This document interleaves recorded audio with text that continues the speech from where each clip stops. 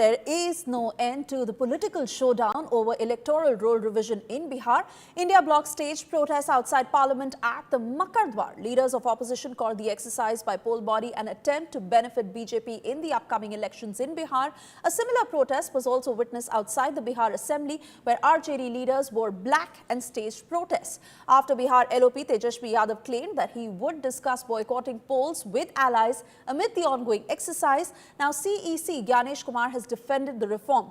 Gyanesh Kumar asserted that a pure voter list is must for fair polls. CEC backed the move to purge ghost voters in Bihar and urged political parties to keep constitution above politics. However, now a JDU MP, Girdhari Yadav, who is echoing the tune of Tejashwi Yadav, and highlighted that he faced similar problems in getting SIR process done for his family, and it would be difficult for common people to get the process done. सरकार हर विषय पे चर्चा करने को तैयार है, but अगर किसी को सिर्फ हंगामा ही करना है तो उस पर फिर कोई कुछ नहीं कर सकता ना। पहली बात तो एसआईआर का विषय आया कहां से? क्या ये हकीकत नहीं है कि आप ही लोगों ने शिकायत की थी हर बार लोकसभा चुनाव के बाद? महाराष्ट्र चुनाव तो ये लोग अभी तक गिनाते रहते हैं कि duplicacy of the vote, voter बढ़ गए, ये कर दिया, धांधली हो गई वोटर लिस्ट में, आप ही बोलते हैं ना। तो जब आप ही की बातों को मानकर चुनाव आयोग एक फैसला लेता है कि इसका रिव्यू किया जाएगा, थरो रिव्यू किया जाएगा, इंटेंसिव रिव्यू किया जाएगा, अब उस पे भी आपको शिकायत है। पहले आप शिकायत करते हैं कि डुप्लीकेसी ऑफ वोट हो रहा है, वोटर लिस्ट में धांधली हो रही है, अब जब उसको रेक्टिफाई करने के लिए किया जा रहा है, और ये हकीकत है। हम लोगों ने भी कई बार इस बात को देखा है कि जिनकी मृत्यु हो गई उनका सालों साल तक नाम चल रहा है, जिनका नाम जुड़ना चाहिए किसी कारणवश उनका नाम नहीं जुड़ पा रहा है, जो घुसपैठिए हैं, जो कि नागरिक नहीं है, वो देश के सबसे बड़े अधिकार मताधिकार का वो इस्तेमाल कर रहे हैं। तो ऐसे में जो सूची है वो सही बननी चाहिए और समय समय पर इस प्रक्रिया का पालन हुआ है। क्या इससे पहले भी जितनी बार इस प्रक्रिया का पालन हुआ, बता दीजिए उसमें और इसमें क्या बदलाव है? सिर्फ एक बदलाव है कि टेक्नोलॉजी को चेंज किया गया। पहले क्या है, आपको फिजिकली जाके सारे डॉक्यूमेंटेशन आपको सबमिट करने पड़ते थे, अब आप ऑनलाइन के माध्यम से भी आप कर सकते हैं। अब उसमें भी आपको शिकायत चिट भी आपकी, पट भी आपकी नहीं ना चले। लीगल इमिग्रेशन आपको लगता है कि बड़ा मुद्दा है? ऑफ कोर्स इशू है। सीमावर्ती इलाकों से जिस तरीके से घुसपैठिए आते हैं, तो ये हम लोग के लिए भी मैटर ऑफ कंसर्न रहा है, और इस बात का थरो रिव्यू इसका होना चाहिए। जो देश का नागरिक है उसके साथ अन्याय नहीं होना चाहिए। चुनाव में बहिष्कार करना ये मतलब एक उनकी हार वो मान रहे हैं। मुझे लगता है कि इस तरह बिहार में जो इलेक्शन कमीशन ने जो ऑर्डर दिया है और उसमें बर्थ सर्टिफिकेट की उन्होंने भूमिका रखी है, अभी विपक्ष सुप्रीम कोर्ट में गया है, सुप्रीम कोर्ट अभी क्या जजमेंट देता है उसके ऊपर डिपेंड है। ये इलेक्शन कमीशन का रिपोर्ट है और इलेक्शन कमीशन ने कल तक नेता विरोधी दल कह रहे थे कि भारत निर्वाचन आयोग कोई प्रेस रिलीज नहीं करता, और पूरी तरह स्पष्ट है। इसलिए एसआईआर के मामले में ये लोग जो बार बार अपनी बात रख रहे हैं, इसमें कहीं सत्यता नहीं है, और स्पष्ट तौर पर पूरी प्रक्रिया विजय चौधरी जी ने बताया है। इसलिए सरकार स्पष्ट है, किसी अति पिछड़ा, दलित समाज, पिछड़ा, स्वर्ण समाज, किसी का भी वोट कटने वाला नहीं। 4 करोड़ है, और सम्राट चौधरी सदन में खड़ा होकर के बोलते हैं मात्र 2-4% ही लोग जो है बिहार के बाहर है। कितना झूठ बोलेंगे? मतलब कोई झूठ बोलने की सीमा अब इन लोगों की नहीं रहेगी। इसलिए हमने सम्राट चौधरी जी को ये भिजवाया, देख लीजिए, आप ही के सरकार का ये उत्तर है, और आप यहाँ कह रहे हो कि पलायन बल्कि बढ़ा है। ये कॉपी भी हम लोग लगवा देंगे, सारी चीज़ें आप लोगों को भी मिल जाएगा आप लोग के व्हाट्सएप पे। लेकिन ये अद्भुत है कि पूरी प्रक्रिया जो है, किस प्रकार से ईमानदार पत्रकार पर एफआईआर क्यों किया गया, अजीत अंजुम जी पे एफआईआर क्यों किया गया? क्योंकि ग्राउंड रियलिटी उन्होंने दिखाया, एविडेंस उनके पास है, सबूत उनके पास है, फिर भी सरकार के लोग जो है अंधे बने हुए, कुछ इनको नजर नहीं आ रहा। तो ग्राउंड रियलिटी क्या है आप समझ सकते हैं कि सरकार को पड़े ही नहीं है, मालूम ही नहीं कि ग्राउंड में क्या चल रहा है, या तो निश्चिंत है क्योंकि उन्हीं का इलेक्शन कमीशन काम कर रहा है। यही कारण है। कोई उत्तर गोल गोल जलेबी छानना, अरे वो तो हर साल प्रक्रिया चलती है। नाम जोड़ना घटाना मृत्यु जिसकी होगी तो हर साल जो प्रक्रिया चलती है, लेकिन जो पुनरीक्षण जो हुआ था हर चुनाव से पहले और फरवरी में जो लिस्ट आई थी उसके बारे में तो चुप। जब फरवरी में आ गया तो इसकी क्या जरूरत पड़ गई अचानक से? ये तो सवाल उठता है, इसका भी कोई जवाब नहीं, डॉक्यूमेंट को लेकर के भी कोई जवाब नहीं। तो इन लोगों के पास कोई उत्तर नहीं था।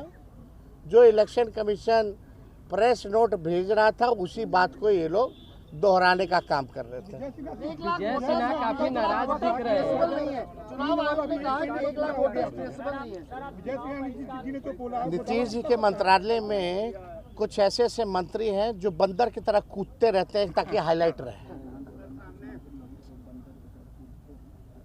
और उनका कोई काम तो है नहीं, केवल चेहरा चमकाना। ना 3 में ना 13 में बार बार कूद रहा आदमी। कोई मतलब है क्या? कोई बात है क्या उन लोगों के पास बोलने के लिए? तो कह रहे हैं कि हम मर्यादित रहते हैं। भाई पूरा प्रोसेस आप देखिएगा तो 9-10 महीने ही लगे। क्या डेटा एक दिन में रिलीज किया उन्होंने, या हम ही लोग ना भाई करवाएं? और वही बीजेपी का लोग बोलता था ना कि जब जाति आधारित गणना हो रही थी तो हमारे यहाँ आए नहीं लोग, हमारे यहाँ नहीं आए लोग। पूरी प्रक्रिया को ना आप केवल आप जो है जा करके उन्हें पूरा प्रोसेस होता है उसका। आप जाते हैं, डेटा लेते हैं, डेटा आप एक साथ उसको अपलोड करते हैं, देखते हैं, जोड़ घटा होता है, उसके बाद पूरा रिलीज किया जाता है ना, पूरे प्रोसेस। हम पूरे प्रोसेस के बारे में बात कर रहे हैं, वो पार्ट के बारे में बात कर रहे हैं। तो चालाकी तो वहाँ है, एक पार्ट के बारे में वो बता रहे हैं, लेकिन पूरा प्रोसेस। मृत्यु हो गई है, डेथ हो गया है, उनका नाम कटना चाहिए कि नहीं? तो पहले डाटा बोलने के पहले जिन लोगों की मृत्यु हुई है उतना डाटा कम करके बोलना चाहिए। जिन लोगों का नाम 2 जगह मतदाता सूची में है, क्या एक मतदाता का नाम 2 जगह रहना चाहिए? तो उनको वो डाटा भी कम करके माइनस करके तब बोलना चाहिए। तीसरा ये कि जिन लोगों ने अपना पता दिया था कि हम इस पते पर रहते हैं और हम भारत के नागरिक हैं, और उस पता पर वो आदमी रहता ही नहीं है, इसका मतलब है कि ना तो वो वहाँ का स्थानीय निवासी है और ना उस गांव के मोहल्ले के लोग उसको जानते हैं। तो ऐसे लोग भी करीब करीब 1 लाख लोग हैं। हमारा ये कहना है कि जब हम डाटा बोलते हैं तो डाटा बोलने के बाद हमको उन सब 3 चीज़ को माइनस कर देना चाहिए, उस पर कोई सवाल खड़ा नहीं करना चाहिए। ये बुत से जिन निकालने में सोच रहे थे, मरे हुए व्यक्ति के भी नाम पर वोट डालते थे। बेचैनी तो बढ़ेगी। इनको लगता है कि पूरी तरह से 2010 में साफ हो गए थे, वही स्थिति है। ये अप्पू और पप्पू दोनों मजाक बन चुके हैं। एक देश के संवैधानिक पद पर बैठे नेता प्रतिपक्ष है एक बिहार में, ये दोनों अपना सोच और अपनी भाषा नहीं बोलते, ये जो लिख के लोग देता है उसी पर वक्तव्य देते हैं। आप जब फॉर्म भर रहे थे SIR को लेके अपने परिवार का, कितना समय लगा और क्या कठिनाइयां इसमें आ रही थी आपको? आपको बता रहे कि 10 दिन का समय लगा। पहली बात तो इस बार पहली बार बिहार में 1 महीने से लगातार बारिश हो रही है, और जब हम फॉर्म हमको BLO ना के दिया, उसको हम लेके दिल्ली आए, साइन कराए, फिर लेके गए तो बोला कि आज बारिश हो रही है, हम नहीं आ पाए। फिर हम दिल्ली आए, फोटो ले गए, फिर बोला फोटो भी लगना, फिर फोटो ले गए, फोटो एक छूट गया, फिर उसको किए, और उसके इतना के बावजूद भी मेरा एक बेटा अमेरिका में रहता, उसका नहीं हुआ। आपके बेटे का नाम उस सूची से कट सकता है, क्योंकि अब क्या करेगा, तभी कैसे पता चलेगा? अभी तो हम लिख के दे दिए, अब कैसे साइन कर देंगे? लिख दिए कि मेरा बेटा साइन के कॉलम पर अमेरिका में। मेन है कि अभी बिहार में बाढ़ का समय है, तो हमारे अब समझ रहे बाढ़ कब आ जाएगा नहीं आ जाएगा, तो इलेक्शन कमीशन से पूछ के तो आएगा नहीं, हमसे पूछ के आएगा। कैसे इलेक्शन कमीशन ये अनुमान कर लिया कि इस बार बिहार में नहीं बाढ़ नहीं आएगा, और यदि बाढ़ आता तो कोई काम आप नहीं कर पाते। सारे DAM सारे अधिकारी पदाधिकारी उसमें कैसे जान गया पहले से? ये बिहार के लिए तो बाढ़ में कितना बार इलेक्शन रुका भी है, डेट आगे भी बढ़ा है। ये बिहार का जो समय है ये उपयुक्त समय नहीं है ये SIR कराने का। एक विदेशी वोटर का नाम बता, एक विदेशी वोटर का नाम उनके ना BLO बोल रहे हैं ना कोई। अगर ये सरकार के इशारे और इरादे पर बिहारियों को बेदखल करने की योजना बना रहे हैं ना, तो आग से खेल रहे हैं। जब पूरी बीजेपी, टीम भी नहीं, बीजेपी से भी ऊपर चुनाव आयोग, हाँ, वो आरएसएस का सेकंड पार्ट है।